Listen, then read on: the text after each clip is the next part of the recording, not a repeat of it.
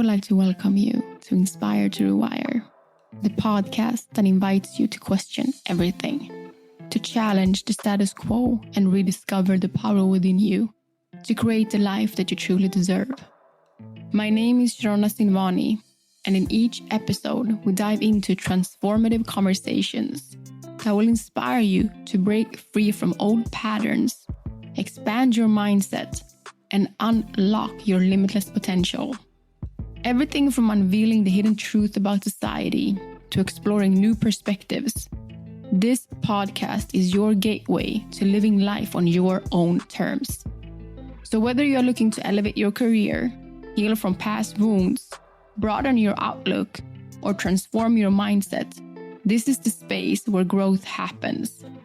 If you're ready to embrace change and step into your power and become the best version of yourself, I invite you to join me on Inspire to Rewire.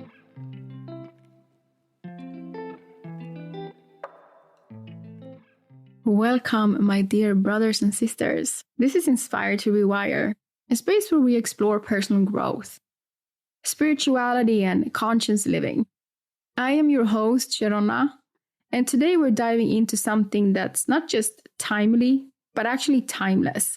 I want to have a conversation on awakening and how that often and slowly, but very steady, leads to alignment. So what does it really mean to be in alignment with yourself? What does it really feel like when you're waking up and truly waking up to your life, your soul, and your purpose? I would like for us to unpack this together, because I really feel like an awakening is often misunderstood. It's not just a one-time moment of clarity. It's actually a process of peeling back layers of yourself. It's a journey and a process of remembering who you truly are before the world told you to be, before you were conditioned to suppress your voice and to shrink and to numb. You were actually awake, and you were very present, and you were curious. When you were younger, from the age of 0 to 7, you live in altered states.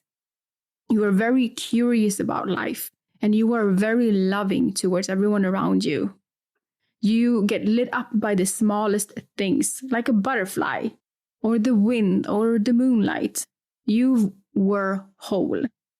Awakening is the process of coming back to that wholeness. But along the way, it doesn't always feel very beautiful. It can be very chaotic and very difficult and very emotional. It can often feel like grief and very much like a storm. It's like you're being cracked open. But this is actually where you are able to let light enter you. When old versions of you actually begin to dissolve, and when you actually start to question your beliefs and your relationships and your patterns and your identity, that's actually not a breakdown. That's actually an awakening. You are not losing yourself. You are actually finally meeting yourself. And this happens over and over and over.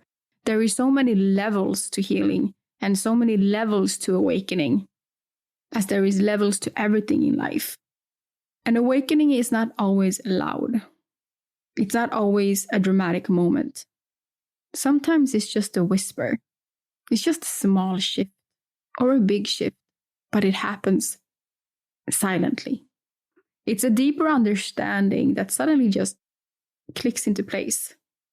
Have you ever had a moment where you just knew that something inside of you just changed?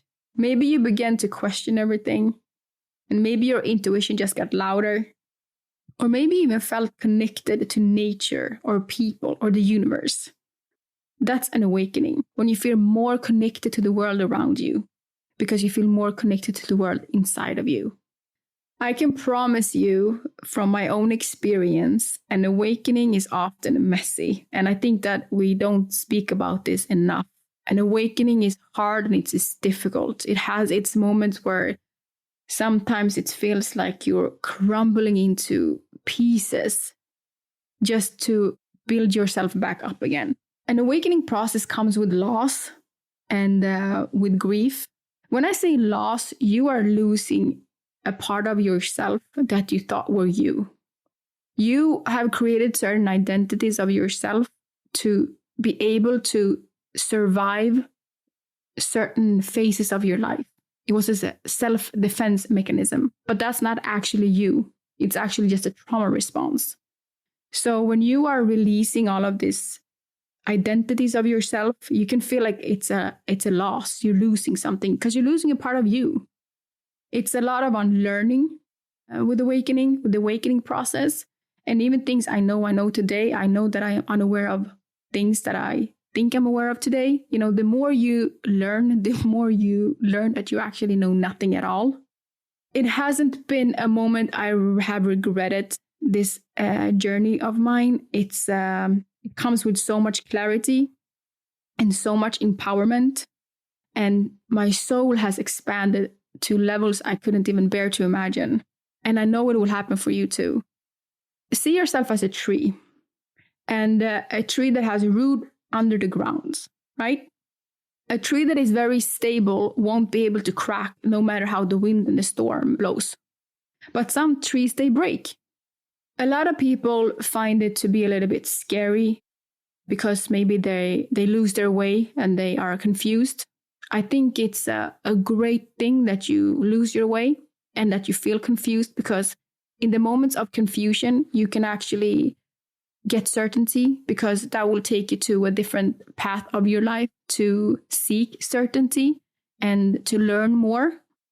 When you are confused, hopefully this sparks a little bit of curiosity in you that makes you go down a different path of knowing yourself in a different manner, or knowing the world in a different way. Because when you awaken things inside of you that shifts your whole perspective to your internal world as well as your external world. You start to question things about reality that you never might even have thought about before, but you actually start to look at it differently now because your perception has changed within you. I think that more and more people are awakening. You know, the human resonance of the earth is changing and has been changing, and more energy is coming in, and we are all energetic beings. So things are happening, you know, on a grand scale. And I think a lot of people are feeling this happening. And then there are a lot of people who are not feeling anything. It's more subtle changes that are taking place. We are in an era of awakening, in the era of love. Through this process of awakening, be very kind towards yourself. There is no right and there is no wrong. You know, nurture your soul and your heart and your body and your mind, because you need to be held often, because it can be very confusing. But remember, to lose yourself or to lose the path, it's not a bad thing. It's actually a good thing, because that means that you're on the path of finding yourself. When you are grounded and you are rooted like a firm tree, no one can push you, because you know what you know, and you know it because you know it inside of you. You have a deeper understanding, you have a deeper knowing. But it's often that people can be pushed and they start to shake or move because they are not grounded in their beliefs or their knowings, because maybe these beliefs or their knowings has been adapted from society or parents or whatever it might be. They haven't experienced it, or they don't have this inner knowing of it. So that makes them a little bit unstable about it. It takes time to unlearn and relearn. And actually, in the process of unlearning, you are also unlearning yourself and who you thought you were, or you were led to think that you were, to actually give space to get to know yourself. We are so caught up in getting to know people around us that we forget to get to know ourselves. And I think that that's the most important person in your life for you to get to know is you and understand yourself. So the awakening process is amazing and messy. It's peaceful and it's chaotic. It's liberation, and sometimes it feels like you are stuck in chains. So it's a combination of both. It's a journey that has given me my life back. And I have never felt so alive as I do these days, or the past, years of my life. I wouldn't change a thing. I would do it all over again. And I speak very passionately about it because it has given me, like I told you, it's giving me my life back. And I love my life. I love who I am. I love who I'm becoming. I love what I'm creating. I love everything about it. It's been stormy. It's been challenging. It's been all of those things. But boy, have these phases of my life taught me so much about myself and the world around me and the people around me. It's been a blessing, to say the least. So you might ask what happens next. Once the veils actually begins to lift, once the awakening begins, you're actually called to align. And alignment means walking in integrity with your truth. It's when your thoughts and your actions and your soul are all on the same page. It's when you stop betraying yourself for comfort or for approval or for fear of the unknown. Here's how you know you're out of alignment. You feel tired, but not just tired, you're actually drained from pretending. You feel stuck in a life that doesn't reflect your heart. You feel disconnected, even when surrounded by others. Have you ever been in a crowded room and still felt alone? Here is the truth. Most people are living in misalignment, surviving, not thriving. But once you know, you have the opportunity to do something about it. Alignment is more than a trendy word in the self-help world. True alignment means living in harmony with your soul and with your truth and your values and your desires and your purpose. Because when you are aligned, things just flow and life feels lighter and you are going to be more guided and your life is going to become more meaningful. So the question is, how do we know when we're not aligned? And I think that a lot of people actually feel it. They feel like chronic stress and constant overthinking and emotional fatigue or a deep sense of being disconnected from oneself. Like you're living someone else's life and not your own. Like you're doing things just for the survival of it, not because you're loving it or enjoying it. And when this happens, I think that your soul is going to slowly start calling you back. You're going to have an inner pull towards awakening, towards healing, towards, wanting to change something in your life. Because a realignment starts with self-awareness, with slowing down and listening, asking the hard questions. Am I living for me or just surviving for the world? There are so many of us today that, I would like to say the majority, if not, the hardest thing for us to do is to slow down and to sit still and to be with ourselves. You have to come to a place where you actually enjoy your own company. Sit with your own mind, not in front of the TV or in front of your screens where you are able to distract yourself with other stuff. What goes on in your mind? How often do you pay attention to what happens inside of your mind and your emotions? We are so taught in this world to focus on external things, external goals and jobs and validation and money. But the internal world is actually the sacred space within you. That is where what truly shapes your outer reality is your internal world, your interior. Because whatever you choose to focus on, that's what will grow. So I know I spoke about this before, and if you continue to focus on the pain, it's just going to expand. And if you continue to run away from your pain and from your fears, they're going to create a dis-ease in your body. You're going to live in unbalance. You're not going to be in balance. The more you go towards your fears, go towards your pain, and towards all of these low vibration emotions that might be hard to face, the more you're going to liberate and free yourself.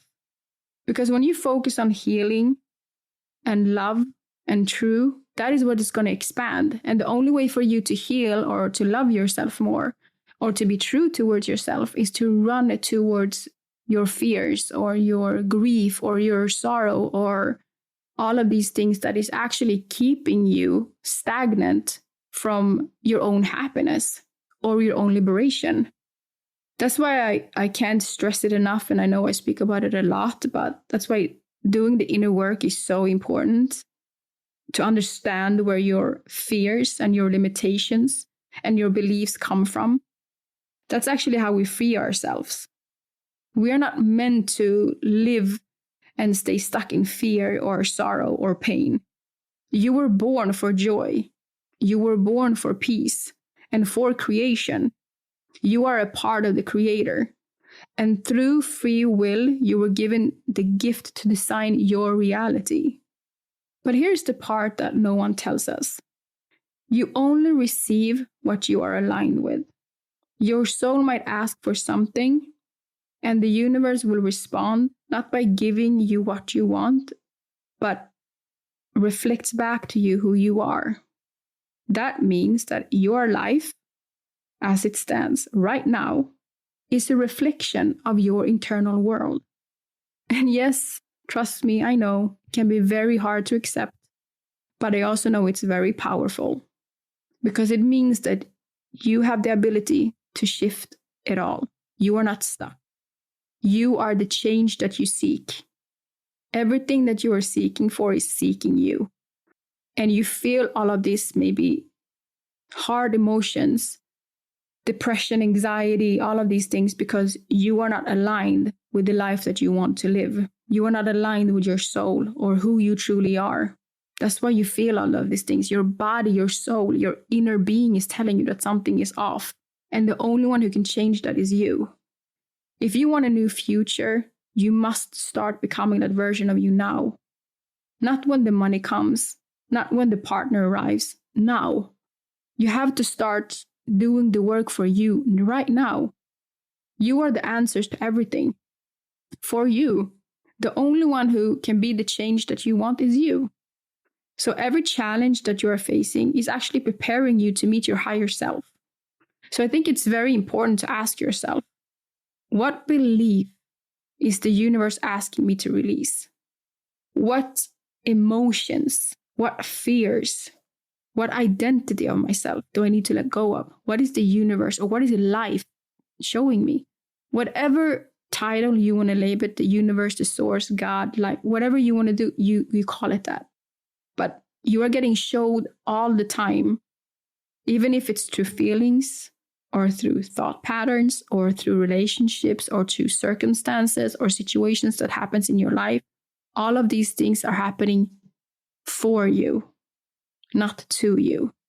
What patterns are you holding on to that needs to end with you right now? Because you can't find it in your current frequency. The changes that you are seeking, you need to change for them to come into your life because you need to change your frequency. You need to change your vibrational state. And the only way you can do that is by changing your emotional state. And often for us to change our emotional state, we actually need to heal ourselves. We need to look within. So a few people might wonder, how do I support my alignment and awakening? I would like to offer a few tools or tips that can be good to start off with. I think mindfulness or meditation is important here. So it's very important to quiet your mind. And this you can do through meditation. Quiet your mind and actually listen to what goes on in your mind and your heart and your soul. What is the inner you trying to tell you? And you won't hear this if you're always keeping yourself distracted. Journaling can be another good thing to get your thought out of your head and onto a paper. And just, never judge yourself. Always observe what goes on, and all of the things that is coming out for a reason. So don't be in fear of it or in awe of it or whatever it might be. Just look upon it and, nurture it as you would nurture a child who's in pain. To do the shadow work means to look at parts of yourself that you've been hiding from and to bring them into light. And that's the only way for you to free yourself, to liberate yourself from certain emotions, because you stay stuck there because it's actually your choice to choose to stay there. And the only one who can change this is you, by actually facing them. And it's hard to experience more joy if you're not doing the shadow work that needs to be done. I think that many of us are walking around with masks on and, telling the world that we are something that we actually are not. Our internal being is not in alignment with our external vision that we are portraying into the outer world. Follow your joy. Your joy is your compass. If you do something and it lights you up, it's actually meant for you. So no matter if this is dancing, going or drawing, or, going on rollerblades or being with family, whatever this means, watching cartoons, whatever it means, do it. Do more of what brings joy into your life. Don't judge yourself for whatever it might be. A lot of the things that we often miss, and I think we do less of as we get older, is to connect more with our inner child. We stop playing, and playing is such an important key, not only for kids, but even for adults. We should never stop playing. We should never stop, having fun with life. When you go through this process, I think it's very important to find your people, find communities that matters to you. Find those people who actually speak your soul's language, because this journey is yours and yours only. And there is no perfect path here, and there is no rule book for you to follow. The only truth is the one that you have within you. So stay curious and be very compassionate towards yourself. And if you can't find people or your tribe around you, you can find them on, the internet. There's so much platforms and communities that you can find digitally today. So it's easy for you to connect with people. It doesn't necessarily have to be a physical meeting. That maybe will come later. Just find support through the things that you go through in people. It's always nice to have people who can understand what you are going through and just maybe, encourage you with what goes on inside of you. And a lot of these is also so important to be in solitude. The more you are in solitude in certain phases of your life, the more you get to hear yourself and get to know yourself. And once again, the most important person that you should have a curiosity of getting to know is yourself. Alignment and awakening are actually deeply personal journeys that I see that most people have some scarcity to go on. There's a lot of people who talk about it, but actually don't do the work that needs to be done. And I think that once you scratch the surface with certain people, I think this becomes very evident. Like certain things becomes a trend, and a lot of people catch on to that trend just because it's a trend, but that doesn't mean that they're necessarily doing what needs to be done. And the only one who will be missing out on the joys of that work that needs to be done is the individual, him or herself. There is no one size that fits all path, because every journey is different and your storybook is totally different than mine. I think that the only key is to remain open and curious and very compassionate with yourself, and be very kind towards yourself, and understand that, you can be your biggest critic in your mind, and you can also be your biggest fan. Try to talk to yourself as you talk to your best friend or to your friends. Try to build that support system in your own mind. That won't come naturally, because a lot of us are very hard and critical and towards ourselves. But this is a limiting belief that you have, that you can actually reprogram. It's literally up to you. It's going to take time, but that's okay. It's going to take patience, and it's going to take love and compassion and empathy towards yourself. But all of these attributes are so beautiful for you to experience from yourself. I wonder, what a lot of you think about this. What does alignment mean to you? And have you experienced moments of awakening? And how has that felt for you? And how does it feel for you? Are you scared? Do you feel fear sometimes? Is it uncomfortable? Does it make you want to go the other way? Are you listening to what your soul is trying to say? trying to tell you, I would like for you to just let that question sit with you today and think about it. If this episode resonated with you, if it stirred something deep inside of you, please share it. Send it to someone who might be standing at the edge of their own awakening. I would love for you to leave a review or message me directly. I would love to hear your story. And it's always nice to connect with the listeners and hear your feedback, what I can do better and maybe what I can improve or whatever it might be, or topics that you would like for me to talk about. And you can always connect with me on my Instagram and my website, or tune in to more episodes of Inspire to Rewire. This is only the beginning for you or for someone out there. Every ending is a new beginning. When you climb one mountaintop, it's just the bottom of the next mountain to climb, but every time you reach a new top and get to a new bottom of a new mountain, everything gets easier. It gets easier and easier all the time. I hope you keep choosing alignment for you, and I hope you keep leaning into awakening and that you keep returning to yourself. I would love for you to know that you're not alone and you are not broken. You are not too late. You are just on the right time. Until next time, I send you all my love and blessings, and namaste. Thank you all for taking the time to listen to this episode of Inspire to Rewire. If you enjoyed today's conversation, please take a moment to rate and review the podcast. It truly helps us to reach more incredible listeners just like you. I have more listeners every month than I have subscribers, and having more subscribers helps me invest more time into creating content for this podcast. So if you haven't already, I'd be so grateful if you would subscribe to the channel. As many of you already know, I believe in an I and I unity, so let's come together and create a better world for all of us. Thank you for tuning in on another episode, and until next time, keep growing, keep evolving, and keep rewiring your mindset. Namaste.